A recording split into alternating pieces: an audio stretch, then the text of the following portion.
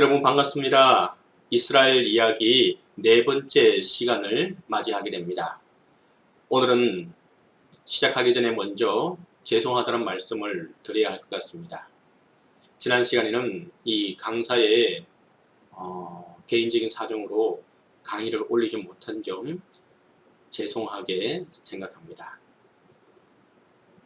자, 이제 이스라엘 평야 중 지중해 쪽에 있는 평야 중 드디어 이제 세 번째 평야인 이 지역에 대해서 알아보도록 하겠습니다. 이것을 이름으로는 이스라엘 평야라고 하는 지역인데 성경에서 아주 중요한 지역이고 그리고 또 많이 등장하는 지역이기도 합니다. 이 이스라엘 골짜기는 특히 이스라엘 평야는 주변에 둘러싸여 있는 산들에 의해서 그 산들에서 흘러나온 충족토로 이 평야가, 이 계곡이 이루어져 있습니다. 이 골짜기의 동북쪽 모서리에 자리 잡고 있는 다볼산에 있는 기손강은 평야로 흘러들어가고 있고 이 골짜기는, 이 평야는 완만한 비탈 때문에 우기인 겨울에 아주 땅이 진척진척으로 변하게 됩니다. 그래서 고대에는 겨울에 이 골짜기를 가로질러 가는 것이 매우 어려웠습니다. 그래서 가나안 왕 야빈이 군대 장관 시스라를 앞세워 사사 드브로와 그 장군 바락과 싸울 때 철병거, 다시 말해서 전차 900대가 가지고 있는 시스라 군대가 드브로와 바락 앞에서 병거를 버리고 도보로, 다시 말해서 걸어서 도망을 치게 되는 장소가 바로 이 이스라엘 평야 지역입니다. 사사기 본문에는 이 가나안 군대들이 병거를 왜 버렸는지 그 이유에 대해서 구체적으로 밝히고 있지 않지만 바로 우기인 겨울의 비로 인해서 그 땅이 진흙탕으로 변한 이 이스라엘 골짜기, 이스라엘 평야에 병거의 바퀴가 빠져 앞으로 나아갈 수 없었기 때문임을 쉽게 가늠할 수 있습니다. 말씀을 보겠습니다. 사사기 4장 15절입니다. 여호와께서 바락 앞에서 시스라와 그의 모든 병거와 그의 온 군대를 칼날로 혼란에 빠지게 하심에 시스라가 병거에서 내려 걸어서 도망한지라. 또한 사사기 5장 21절에는 기손강은 그 무리를 표류시켰으니 이 기손강은 옛강이라. 내 영혼아 내가 힘 있는 자를 밟았도다. 이처럼 우기인 겨울에 진흙탕으로 변한 이 이스라엘 평야는 봄과 초여름에는 밀과 보리를 추수하는 아주 옥토 중의 옥토였습니다. 마치 하나님이 뿌리시다라는 뜻을 지닌 이 이스라엘 지명의 뜻처럼 아주 풍요로운 곳이고 좋은 땅을 가지고 있는 지역입니다. 하지만 우기인 겨울철에는 이처럼 땅이 진척진척해서 사람이 걸어가기도 힘든 지역인데 특별히 이곳에 전차를 끌고 간다는 것은 불가능한 일이었습니다. 이처럼 우리가 성서에 등장하는 장소, 지리적 형태, 기후, 날씨 등 여타 이런 것들을 알게 되었을 때 성경을 더욱더 깊이 있게 알게 되고 그리고 현장에 있는 것처럼 느끼며 성경을 읽을 수 있게 되는 것입니다. 특별히 이스라엘 평야에는 북에서 남으로 또는 서쪽에서 동쪽으로 지나는 주요 교통로가 바로 이 평야를 지나가는 교통의 요충지였습니다. 즉 서쪽에 있는 지중해에서 동쪽에 있는 요단강으로 또는 북쪽에 있는 시리아, 페니키아, 갈릴리에서 남쪽의 유다 산지와 이집트로 내려가는데 반드시 거쳐가야 할 곳이 바로 이스라엘 평야였습니다. 대표적인 도로의 예를 든다면 북쪽의 두로와 시돈에서 악고를 거쳐 지중해의 가이사라로 내려가는 길이 바로 특히 또 이집트로 내려가게 되는 길이 바로 이 길입니다. 이 길을 거치지 않고서는 또 이 평야를 거치지 않고서는 가기가 매우 어려웠습니다. 서쪽 지중해의 가이사라에서 머깃도, 나인, 엔돌, 다볼산을 거쳐 갈릴리로 가거나 또 벳산을 거쳐 요단강으로 가게 되는 지형이 바로 이 이스라엘 평야를 꼭 지나야지만이 갈 수 있게 되는 것이었습니다. 나머지는 다 산맥으로 높은 고지대로 이루어져서 가는 길이 험하고 또한 어렵고 힘든 길이었습니다. 이처럼 이스라엘 골짜기는 교통의 요충지였습니다. 이스라엘 골짜기를 지배하는 나라는 누구든지 이스라엘 전체를 지나가는 도로를 지배하게 되고 또한 전쟁에서도 승리하게 되는 전쟁의 요충지였고 교통의 요충지였습니다. 성경을 보면 특별히 또 이 지역이 아주 전쟁이 많이 일어났던 장소였는데 특별히 사사 드보라가 이곳에서 전쟁을 했었고 기드온이 또 사울이 예후가 요시야가 이곳에서 전쟁을 벌이게 된 장소가 바로 이 이스라엘 평야입니다. 그러면 요한계시록은 종말론적 전쟁이 벌어질 곳이 아마겟돈이라고 하는데 이는 이스라엘 골짜기를 이스라엘 평야를 가리키는 말입니다. 왜냐하면 아마겟돈은 히브리어로 하르 머깃도 즉 머깃도의 산이란 뜻인데 머깃도는 이스라엘 골짜기에 이스라엘 평야의 한 성읍이기 때문입니다. 자, 이제 이 이스라엘 평야를 조금 더 세분하게 살펴보게 될 텐데 이 이스라엘 평야를 서쪽과 동쪽 지역을 나눌 수 있게 됩니다. 먼저 우리가 동쪽 지역을 동부 지역을 살펴볼 텐데 동부 지역은 벳산과 이스라엘 사이의 지역으로 약 18km 정도입니다. 남부 간의 폭은 길보아산과 모레산의 약 5km가 해당되는데 이 길보아산 밑은 하롯강이 이 계곡의 중심부를 지나고 있어서 하롯 계곡이라고도 부르기도 합니다. 북서쪽의 시작 지점은 해발 40m인 반면 벳산 근처의 남동쪽 끝부분은 해저, 다시 말해서 해수면보다 낮게 115m로 그 편차가 아주 큰 지역이기도 합니다. 이 계곡은 북쪽 지역의 현무암 토양과 남부 지역의 석회암 성분의 토양이 섞인 비옥한 토양을 가지고 있고 또 하룻샘으로 인해서 물 공급도 원활한 지역입니다. 성경에서는 기드온이 미디안에 물리친 곳이기도 하고 사울이 블레셋을 맞아 싸우다 죽은 지역이기도 합니다. 성경을 살펴보면 사사기 7장 1절입니다.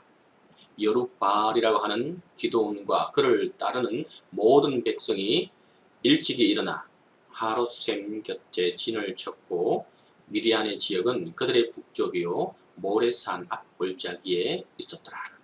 다음은 앞에도 말씀드렸듯이 사울이 블레셋을 맞아 싸우다 죽은 지역이 바로 이 동부 지역인 이스라엘 평야의 동부 지역인 바로 이 지역입니다. 성경 사무엘상 29장부터 31장을 참고해서 한 번 더 읽어보시면 좋을 듯 합니다.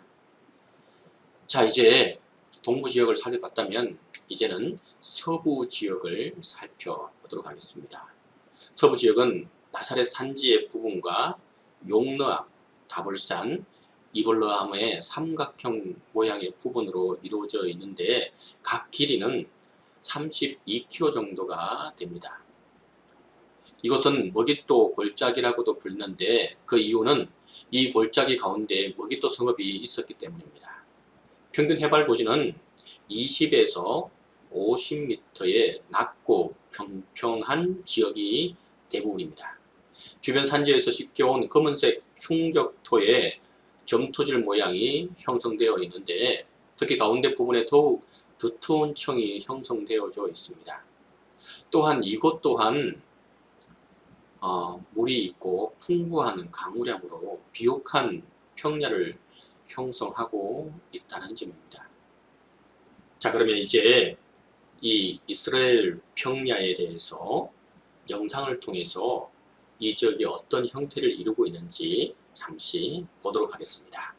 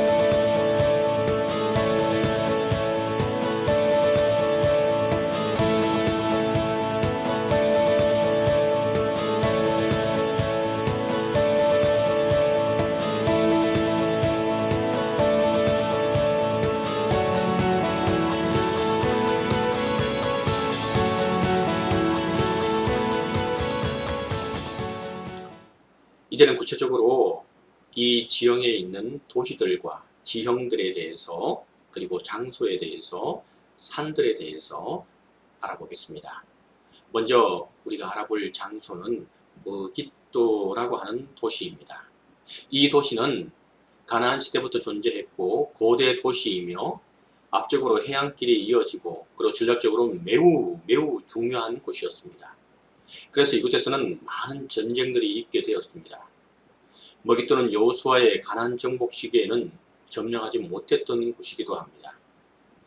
다윗 시대에 이스라엘의 영토가 되었으며 후에 솔로몬은 이곳에 요새를 건설하게 됩니다. 이후 북이스라엘의 아합은 머깃도를 더욱 요새화하였는데 그때 머깃도의 지하수로 시설이 건설되기도 합니다. BC 733년에는 아수르에게 점령당하고 BC 609년에는 요시야 왕이 이집트 왕 느고와 싸우다 이곳에서 전사하기도 한 곳이 바로 이곳 머깃도입니다. 성경도 구체적으로 보겠습니다. 열왕기상 9장 15절인데 솔로몬 왕이 역군을 일으킨 까닭은 이러하니 여호와의 성전과 자기 왕궁과 미로와 예루살렘 성과 하솔과 머깃도와 게셀을 건축하려 하였습니다. 또 열왕기상 9장 15절에는 요시야 당시에 애굽의 왕 바로 느고가 아수르 왕을 치고자 하여 유브라데 강으로 올라가므로 요시야 왕이 맞서 나갔더니 애굽 왕이 요시야를 머깃도에서 만날 때에 죽인지라. 이처럼 이 머깃도라고 하는 장소는 전쟁이 끊이지 않는 장소였고 아주 중요하고 또 중요한 장소였습니다. 그러면 이제 이 머깃도에 대해서 지금의 형태가 어떻게 남아 있는지 영상을 보도록 하겠습니다.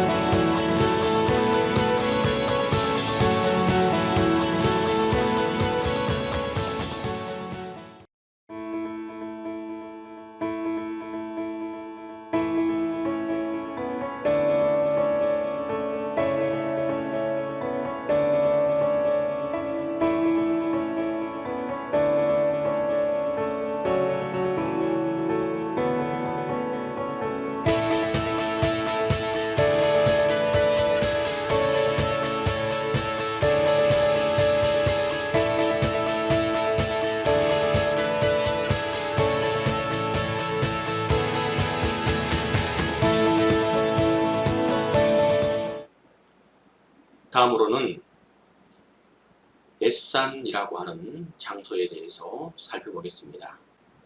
이 도시는 하롯 계곡과 요단 계곡이 만나는 지점에 위치하고 있습니다. 이곳은 요단 계곡을 지나는 남북의 교통로와 이스라엘을 지나는 동서의 교통로가 교차되는 지점입니다. 이곳은 여호수아가 점령하지 못했던 도시였으며 또 사울 시대에는 블레셋 통치에 있었고 또한 사울의 시체가 매달렸던 성벽이 있던 곳이기도 합니다. 솔로몬은 이것을 5번째 행정구역에 포함시키기도 했습니다. 그럼 성경에는 어떻게 기록되어 있는지 살펴보겠습니다. 사무엘상 31장 12절에는 모든 장사들이 일어나 밤새도록 달려가서 사울의 시체와 그의 아들들의 시체를 벳산 성벽에서 내려가지고 야베스에 돌아가서 거기서 불사르고, 벳산이라고 하는 성벽에서 사울의 시체가 매달려 있게 되었던 것입니다. 열왕기상 4장 12절은 다낙과 머깃도와 이스라엘 아래 사르단가에 있는 벳스안, 여기서는 또 앞에 벳산이라고 기록하지 않고 벳스안이라고 기록하고 있는데, 내나 벳산이나 벳스안이나 같은 말입니다. 같은 지명을 말하는 것입니다. 온 땅은 아힐롯의 아들 바하나가 맡았으니 벳스안에서부터 아벨므홀라에 이르고 용르함 바깥까지 미쳤으며, 벳산은 비옥한 토양과 또한 풍부한 수원지와 그리고 온화한 날씨로 풍성한 농작물을 수확할 수 있는 곳이었습니다. 이스라엘 랍비 중 한 사람은 만약 에덴 동산이 이스라엘 땅에 있다면 벳산은 그 문이 될 것이라고 할 정도로 아주 풍요롭고 살기 좋은 도시였습니다. 그럼 이것 또한 영상을 통해서 지형이 어떤지를 살펴보고 지나가겠습니다.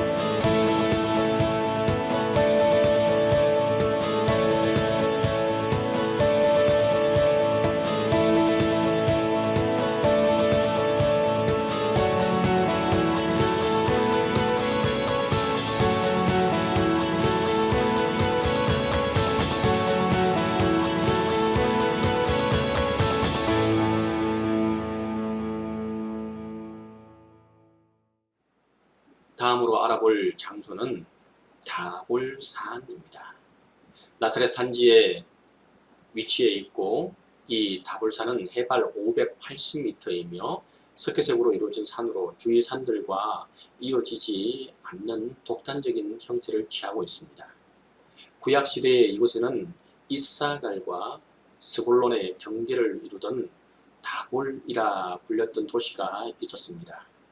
그래서 다볼산은 가까이에 도로가 있어서 전략적으로는 이용되었는데 바락은 이곳에서 하솔 왕 야빈의 군대 장관 시스라를 물리치기도 했던 장소가 바로 이 다볼산 지역입니다. 성경에는 다볼산을 중요한 산으로 언급하고 있는 것을 보게 되는데 예레미야 46장 18절에서는 바벨론 왕 느부갓네살을 산들 중에 다볼같이라고 표현하였으며 또 시편에서는 여호와를 영어롭게 하는 산으로 다볼과 그리고 헤르몬이 주의 이름으로 인하여 즐거워하나이다 라고 표현하기도 했습니다. 또한 다볼산은 예수님께서 변형된 산이라고 믿었기 때문에 유대인 못지않게 이곳은 특별히 기독교인들에게 아주 성지 중에 성지로 각광받고 있는 장소이기도 합니다. 성경을 보면 여호수아 19장 22절에 그 경계는 다볼과 사하수마와 벳스메스에 이르고 그 끝은 요단이니 모두 16성읍과 그 마을들이라. 또 다음으로 사사기 4장 6절에서 7절에 또 나타나게 되는데 이스라엘의 하나님 여호와께서 이같이 명령하지 아니하셨느냐. 다볼산으로 가라. 내가 야빈의 군대 장관 시스라와 그의 병거들과 그의 무리를 내게 이르게 하고 그를 내 손에 넘겨주리라 하셨느니라. 바로 이곳에서 하나님께서 전쟁을 또 이기게 하신 역사도 일어나게 됩니다. 이 다볼산 또한 우리가 영상을 통해서 어떤 형태의 지형을 취하고 있는지 같이 보도록 하겠습니다.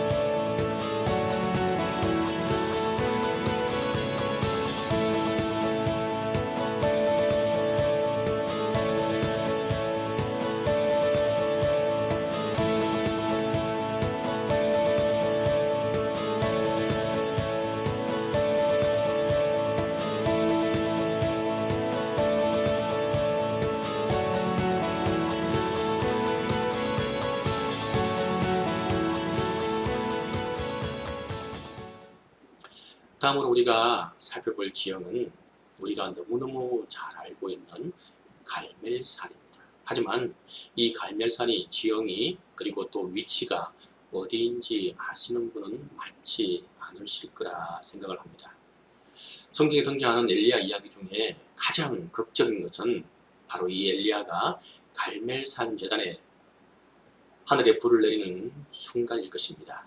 바알과 아세라를 섬기던 당시 북이스라엘의 왕 아합과 그의 아내 이세벨, 그리고 그들의 선지자 850명과의 대결에서 승리한 엘리야의 이야기는 어쩌면 블레셋 거인 장수 골리앗을 물리쳤던 소년 다윗의 이야기보다 더 어떻게 보면 극적인 장소이고 또한 극적인 기적이 일어났던 곳이기도 합니다.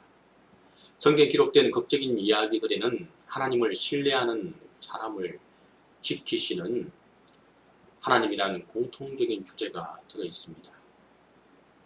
갈멜산에서 벌어졌던 엘리야의 이야기는 하나님만을 신뢰했던 엘리야 선지자와 또한 하나님뿐만 아니라 바알과 아세라도 섬겼던 당시 북이스라엘의 타락한 지도자들과의 정면 승부에서 이 엘리야가 하나님의 도우심으로 승리한 사건이라는 것입니다. 하나님과 엘리야가 승리한 장소, 이 갈멜산은 이스라엘 평야와 지중해가 만나는 오늘날 이스라엘의 북서부 도시인 하이파에 인접해 있게 됩니다. 그리고 이 갈멜산은 우리나라의 설악산이나 지리산과 같이 산세가 깊고 험한 산이 아닙니다. 우리나라로 치자면 동네 뒷산이라고 하기에는 너무 조금은 큰 것 같고, 그렇다고 산이라고 하기에는 다소 야트막한 느낌이 있는 언덕보다는 조금 더 큰 듯한 느낌입니다. 어쨌든 갈멜이라고 하는 이름에는 하나님의 정원이라는 뜻도 있게 됩니다. 그 정도로 갈멜산은 이스라엘 안에서는 상당히 울창한 숲을 자랑하는 곳이기도 합니다. 지중해 연안에 있기 때문에 강수량도 많은 편이고 이스라엘 평야의 초입에 있어서 토양도 아주 비옥합니다. 산 정상부까지 도로가 있어서 자동차로 산 전체를 둘러볼 수 있는데 차창 밖으로 보이는 빽빽한 나무들이 아주 인상적인 산이었습니다. 갈멜산 정상에는 엘리야 기념교회가 들어서 있는데 이 기념교회 옥상 정망대에 올라가면 이스라엘 최대 곡창지인 이 이스라엘 평원이 한눈에 다 들어옵니다.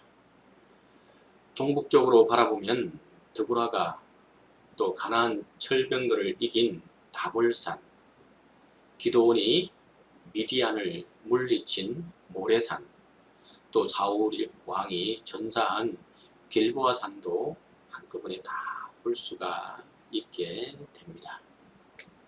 출애굽 이후 가나안에 정착한 이스라엘은 왕국 분열 이후에 특히 북이스라엘에서 종교적 타락의 극단을 내달렸으며 조상들이 섬겼던 하나님을 가나안의 수많은 신들과 다름없는 신들 중에 하나로 여기는 상태였습니다.